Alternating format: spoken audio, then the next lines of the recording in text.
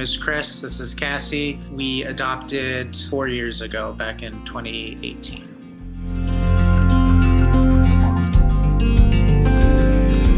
We got married in 2009. Before we got married, even, I told Chris that I had lupus, which is an autoimmune disease. And we knew that there were some things that had to be settled for us had to resolve itself for me to be able to carry a baby full term. She got to a point where she was healthy enough to be able to carry a baby. She got the lupus under control and had for a while. And then we got pregnant. About a month in, I had a stroke.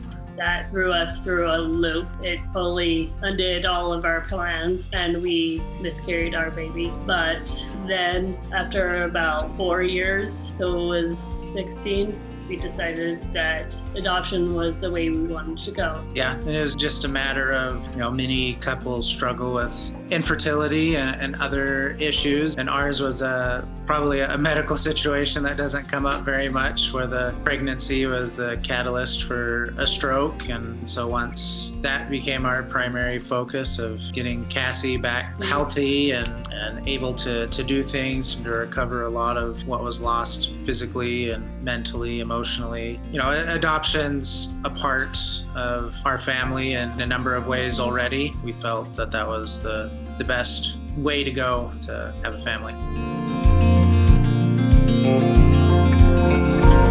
My aunt was adopted, and we've had cousins. My cousins, they adopted, and there's been a spouse that was adopted. That was an interracial adoption. So it's actually, I think all of them have been interracial adoptions. Once you get into adoption, you're surprised to find out how many people around you have been impacted by adoption. So kind of opened our eyes to that.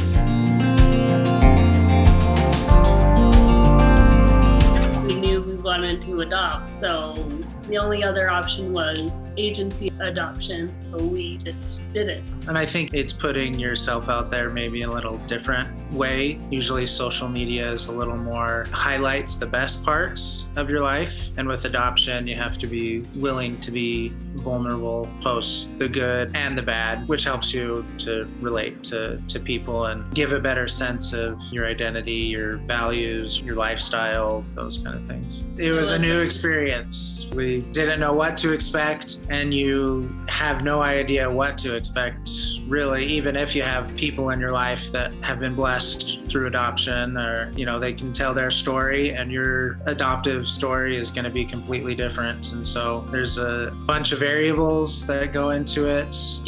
We were nervous, we were excited, hesitant, uncertain about what do we share about ourselves. It feels, as you're going through it, uncertain and unclear, that you're just kind of moving through fog, hoping you're moving in the right direction.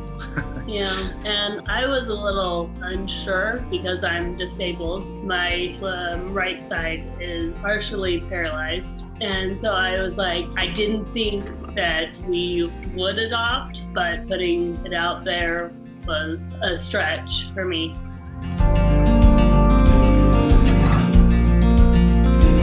So ultimately, our adoption was a private adoption, and we had connected with an agency and had gone through just the bare minimum with them as far as getting that set up and them starting to market for us. But it was actually our daughter's birth mother found our profile on Adoption.com. She said that she didn't spend a whole lot of time looking. She just happened to see us and really connected with us. She said the part that really stood out to her was that I essentially didn't abandon Cassie after her stroke. Well, it's really hard thing to wrap your head around. And a lot of people are divorced from a stroke. Some people aren't divorced from a stroke, but she was certain that we were the couple if she decided to adopt. Just with experiences herself with her own divorced family, and that was a major thing that stood out to her. So working with her caseworker, she reached out to us by email, just straight email. Got that from the caseworker, and it moved fairly quickly after that. She reached out to us towards mid-December 2017. And probably in 3 or 4 weeks of just emailing back and forth, we met her for the first time, and her caseworker was there, her mother was there, her aunt was there, and it just felt, for us, of course, going into it, it felt like, oh, we're making progress, this is going to happen, which I think every hopeful adoptive parents hope, that when they're actually interacting with a birth mother or a birth family, that's the direction they're going. And the birth father at this point was not involved. They had separated. We just hadn't interacted with that side of the family at all. From the stories I've heard and what our caseworker said, this was the ringer of a situation, just because as a birth mother, she had some unique expectations for placing for adoption. And even up to when we adopted in April 2018, it was undecided. She just had strong feelings and actually had the baby and actually kept the baby for about a week or so before she decided, which is surprising that she went that route. But I think for us, the big thing was just having faith in each other, faith in the situation, that if it was the right situation, that it would ultimately pan out. Yeah, there's feelings of hurt and frustration and uncertainty. And I don't want to beat around the bush, feeling that this is your child and they're not placing the child for adoption. And so you can have those type of feelings and emotions that run the spectrum, while at the same time balancing feelings of empathy and concern and care for the birth mother and what she's going through. And so we just tried to be supportive, and it provided gifts or flowers or something every now and again, just to show our appreciation for what she was going through. And it seemed every time she was like, "You two know me better than most people," which is surprising.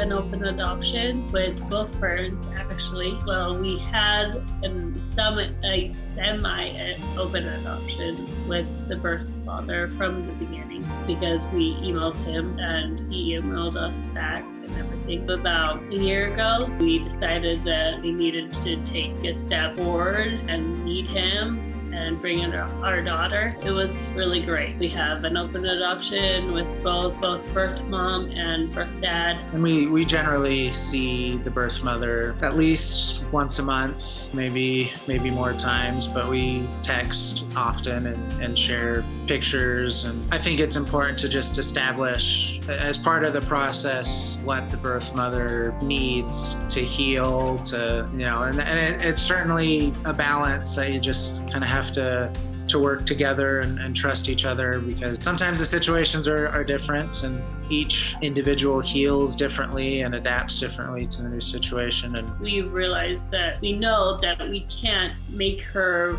better. We can only contribute to her healing, but we know it's not our job to make sure she heals. It's delicate, but we seem to be making it work, and we enjoy having interaction with both of them.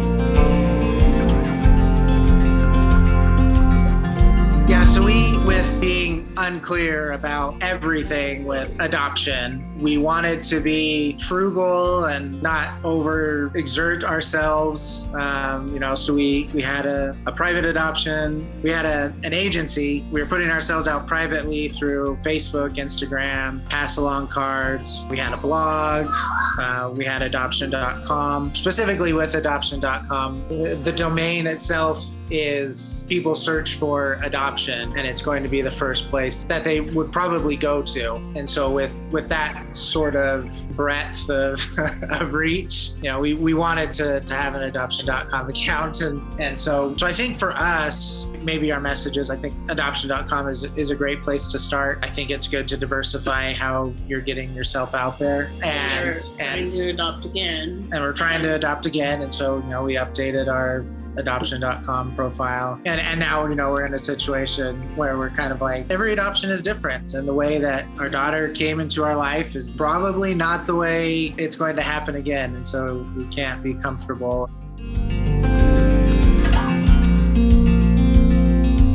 Just keep trying, because you never know who you're gonna meet, who you're gonna say the right thing to propel them to talk to someone who along the line is thinking of placing their child for adoption. So we're trying to do. And I think it's safe to say that everyone will experience failure along the way. We tried other means as well and did things for a number of months and nothing happened, or we just felt we needed a course change, and so we stopped doing those things. And whatever your belief system happens to be, we feel that there's certainly divine intervention that happens. And there was a situation that came up for us that we had to act on immediately, and we decided not to go with it because it just didn't feel right. And then 2 weeks later, we adopted our daughter. And so you just never know what's going to come your way. I think if you're just true to yourself, true to the process, have faith and believe that it will happen. It's just a matter of time. It's a matter of the right situation, and it's difficult. And then when it happens, you look back and you're grateful for everything that did happen, and you can see the workings of how everything came together and how it all is kind of woven together. Yeah, just stay with it. Trust yourself. Failure's okay. Just, keep going.